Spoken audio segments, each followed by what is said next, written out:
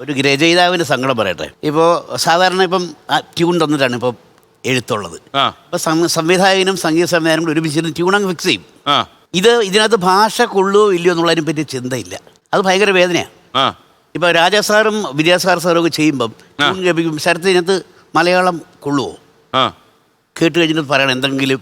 അങ്ങനെ മലയാളം കൊള്ളാണ്ട് വന്ന 2 വാക്കുകൾ ചേരാഞ്ഞിട്ട് പുള്ളി പറഞ്ഞു, ഇത് നല്ല വാക്കാണ്, ഞാനിവിടെ ട്യൂൺ മാറ്റിക്കൊള്ളാം എന്ന് പറയുമ്പോൾ ഒരു എഴുത്തുകാരന് കിട്ടുന്ന ഏറ്റവും വലിയ ഭംഗിയുണ്ടല്ലോ. അതേപോലെ ഒരു പാട്ട് ഹിറ്റായി കഴിഞ്ഞാൽ അതിൻ്റെ ഗുണം മുഴുവൻ കിട്ടുന്ന പാട്ടുകാരനും സംഗീത സംവിധാനം. ഇത് എഴുതിയവൻ ആരാന്ന് ആരും അറിയില്ല.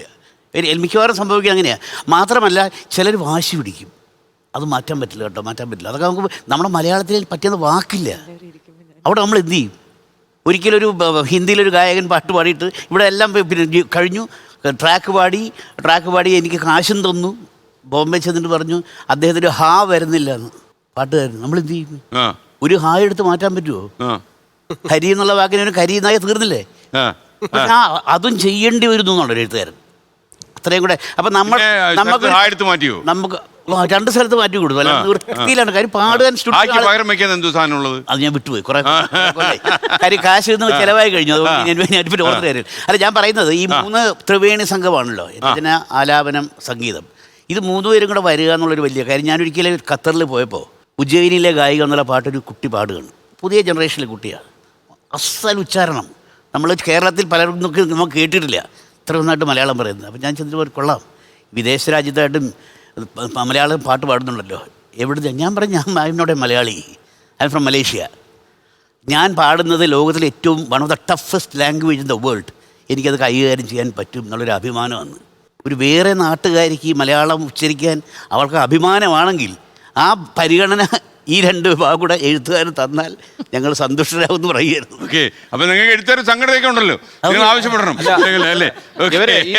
ഈ ട്രെൻഡൊക്കെ വരുന്നതിന് മുമ്പിട്ട് മുരുകൻ കാട്ടാക്കടന്നുള്ള കവി എഴുതിയൊരു കവിതയുടെ 4 വരി ഇത് ചെയ്താലോ? നമുക്ക് ആ ഒരു കാലം ഉണ്ടല്ലോ. തീർച്ചയായിട്ടും. അല്ല, ഞാൻ പറയുന്നത് ഞാൻ നേരത്തെ പറഞ്ഞ പോലെയാണ്. അങ്ങനെ ഈ ഗായകരും സംഗീതജ്ഞരും ഒക്കെ പഴയ കവികളുടെ കവിതയെക്കുറിച്ചും കൂടെ ചിന്തിക്കണം. അപ്പൊ കുറെ ഈ പറയുന്ന പ്രശ്നം മാറി വരും. അതിനെല്ലാം ധാരാളം ആരാധകരുണ്ട്. ഇപ്പൊ ഞാൻ കന്നഡ എന്ന കവിത, എല്ലാവർക്കും തിമിരം എന്ന് പറയുന്നത്, പൊട്ടിയ താലിച്ചരടുകൾ കാണാം, പൊട്ടാമദ്യക്കുപ്പികൾ കാണാം, പലിശ പട്ടിണി പടി കയറുമ്പോൾ പുറകില മാവിൽ കയറുകൾ കാണാം എന്ന് ചൊല്ലാൻ കഴിയണം. ഞാൻ ഇതിനേക്കാൾ ഗംഭീരമായ കവിതകളുള്ള ഒരു ഭാഷയാണ് നമ്മുടേത്.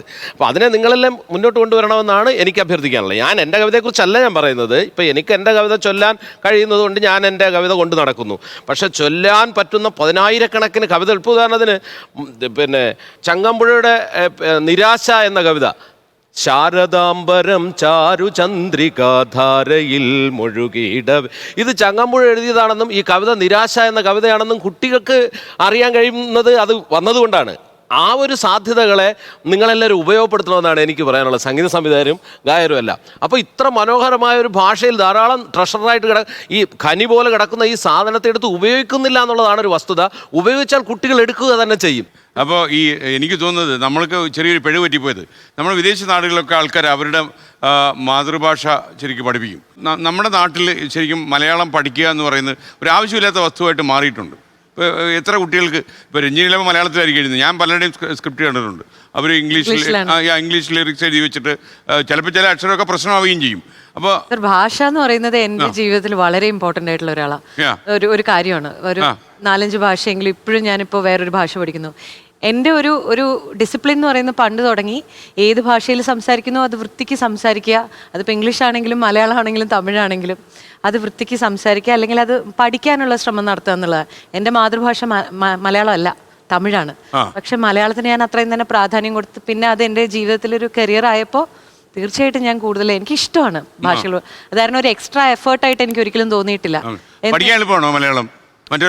എനിക്ക് ഭയങ്കര ഇഷ്ടമാണ് ഭാഷകൾ, ഇഷ്ടമാണ്. കാരണം മലയാളം ഇഷ്ടമാണ്. എന്നും എഴുതുന്നതും ആദ്യകാലം തുടങ്ങി ഉള്ള പാട്ടുകളെല്ലാം തന്നെ മലയാളത്തിൽ. അതിനകത്ത് ഒരു ചെറിയ ഇടവേള നടത്തിക്കോട്ടെ. എനിക്ക് മലയാളം പഠിക്കാൻ ഭയങ്കര ഇഷ്ടമാണ്. ഭയങ്കര എന്തുവാ, എന്റെ അമ്മ എന്റെ അടുത്ത് പറയും ഭയങ്കര എന്നുള്ള വാക്ക് പിന്നെ മമ്മൂട്ടിയെ കാണാൻ ഭയങ്കര രസമാണ്. നല്ല ഇഷ്ടമാണ്. അതല്ലേ മലയാളത്തിൽ ഏറ്റവും സുഖകരമായിട്ട് പാടാൻ 2 പേര് പാടിയല്ലോ. അറിയാതെ എൻ തെളിവേനലിൽ കുളിർമാരിയായി പെയ്തു നീരവരാവിൽ ശ്രുതി ചേർന്നുവെങ്കിൽ മൃദുരവമായി നിൻ ലയമഞ്ജരി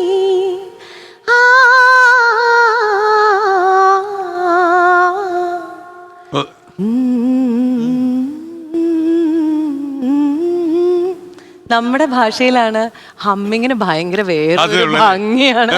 മലയാളത്തിന്റെ ഇടയിൽ കൂടെ ആ ഒന്ന് പാടുന്നതിന് ഭംഗി. രാജീവ് എന്തോ ലോകത്തെവിടെയായാലും ഏത് സമയത്തും 24 വാർത്തകളും ഓഗ്മെന്റഡ് റിയാലിറ്റി പാക്കേജുകളും എക്സ്പ്ലെയിനറുകളും വിശദമായി കാണാൻ ഞങ്ങളുടെ യൂട്യൂബ് ചാനൽ നിങ്ങൾക്ക് സബ്സ്ക്രൈബ് ചെയ്യാം.